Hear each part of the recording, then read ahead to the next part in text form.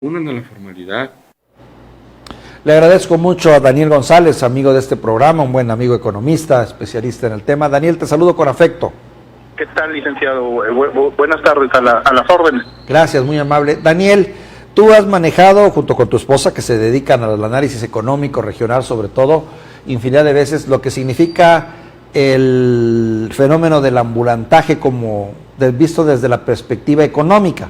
Y está claro que este problema no es un problema regional, es un problema que prácticamente se presenta en todo el país y lo que representa también como una economía que finalmente pues tiene sus bemoles porque no reportan impuestos, no son ingresos que de alguna manera ayuden a construir un mejor país, pero se entiende que también ayudan a economías muy caídas y muy golpeadas de familias que han perdido todo. Pero tu diagnóstico, ¿cuál es? ¿Cómo enfocas este tema del ambulantaje?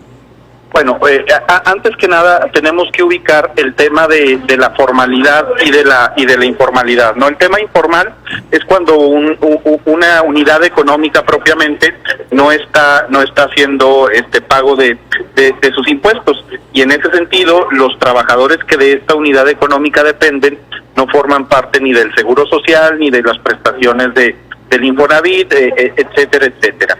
De acuerdo a la última encuesta nacional de ocupación y empleo que se genera para el primer trimestre, estamos en espera, desde el segundo trimestre, estamos en espera de los datos del tercer trimestre, en México, la población ocupada en la comarca lagunera, Torreón, Gómez Palacio, Lerdo y Matamoros, es del orden de los 520,000 trabajadores, cerrando cifras.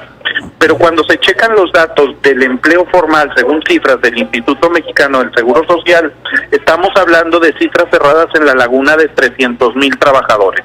Estamos hablando de una diferencia de prácticamente 200,000 laguneros que no están registrados dentro de la formalidad.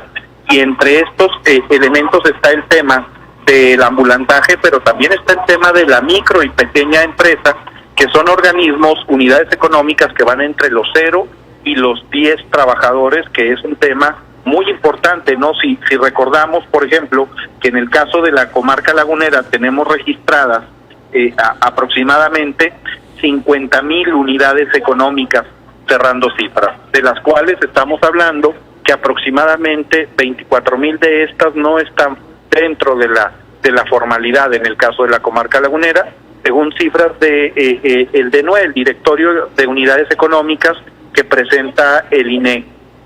Oye, Daniel, ¿quiere esto decir que entonces en la comarca lagunera habría algo así como unos 220,000, 250,000? Porque bueno, luego las cifras tienden a variar, ¿no? Dependiendo ahora sí se mueven. Entre 200 y 250,000 personas que están laborando todos los días, pero sin ninguna prestación social y con ingresos mínimos, por llamarlo así. Así es, estamos hablando de una cantidad de ese tipo y cerrando cifras también podríamos estar hablando de un universo cercano a las 20,000 unidades económicas que tampoco están inscritas dentro de la formalidad. Aquí es donde está el tema, decíamos, de estos pues negocios informales que muchas veces son para resolver pues el tema económico de primera necesidad de las familias, pero el otro fenómeno que también se está presentando es el de las famosas ventas por internet y estos proyectos emprendedores que también están dentro de la informalidad y que hoy me parece que son mucho mayores que lo que se está dando en términos de la vía pública. Oye, como un fenómeno social. Fíjate qué interesante lo que estás comentando, porque es cierto, se está dando una variedad inmensa, una gama inmensa de servicios que ya no son ni los tradicionales ni los establecidos formalmente, pero tampoco se podrían considerar como los callejeros. Y te digo esto por esta cuestión. La otra vez me estaban explicando, por ejemplo, el concepto de cocinas económicas express o cocinas económicas o cocinas gourmet, cocinas fantasmas, creo que es el término correcto, que no es ni un restaurante establecido, pero tampoco es un negocio de calle pauperizado, sino que es una cuestión intermedia en donde hay gente profesional que está generando alimentos, los vende, los entrega a domicilio, y bueno, es otro tipo de economía. Te menciono el restaurante con las cocinas fantasmas por señalarte un caso, pero tengo entendido que sí hay otro tipo de actividades. Porque tenemos el caso de de los emprendedores que traen su vehículo y que se empiezan a movilizar por las colonias en donde venden todo tipo de bienes y servicios y que tampoco están en un punto de venta específico, ¿no? El tema de los productos, sobre todo de primera necesidad, de alimentación, que se suelen vender por WhatsApp, por redes sociales como Facebook, principalmente por el tema de Instagram, y que el tema de la localización es algo que se ha venido transformando, y sobre todo a partir de este momento de pandemia que modificó ciertas conductas de consumo en los laguneros. Daniel, me llama la atención también esto porque es un auténtico reto para las autoridades, que entiendo que todos deberíamos estar en la formalidad, porque en la medida en la que todos estemos pagando impuestos y colaborando para la hacienda pública, en esa medida un país progresa y un país tiene pues servicios y infraestructura y demás. Pero se me hace sumamente difícil poder capturarlos, usando el buen término, a este tipo de comerciantes, ¿no? ¿Es correcto esto?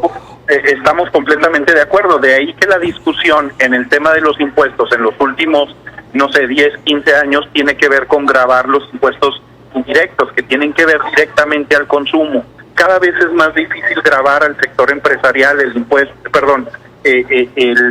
no el impuesto al valor agregado, sino el tema que pagan por las utilidades las empresas. Una disculpa. Y como se vuelve cada vez más difícil por esta transformación del sector empresarial, la idea es que se grave el tema de los alimentos y las medicinas, y en eso va el tenor de las propuestas de la nueva miscelánea fiscal, de la nueva reforma tributaria que se está planteando no solo en México, sino en varias partes del mundo.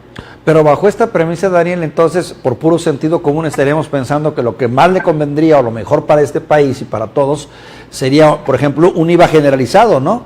Que finalmente es un impuesto que se va al consumo, y de ahí nadie se salva, porque todos consumimos de una u otra manera. El problema sí es que no todos, ¿dónde está la discusión que va a afectar a los que menos tienen? Porque no todos tienen, decía Keynes, la misma propensión marginal al consumo. ¿Qué quiere decir?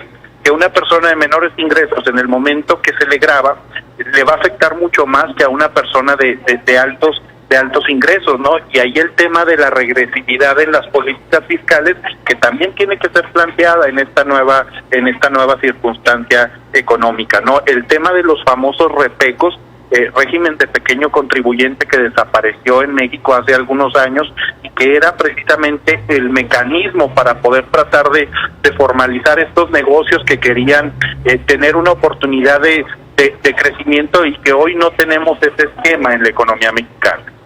Caray, pues qué tema, ¿eh? Oye, Daniel, pues muy interesante todos estos análisis. Te agradezco mucho esta colaboración y espero poder platicar contigo mañana. Ya te estoy comprometiendo, pero el tema me gustó mucho como para analizarlo en radio. Con todo gusto.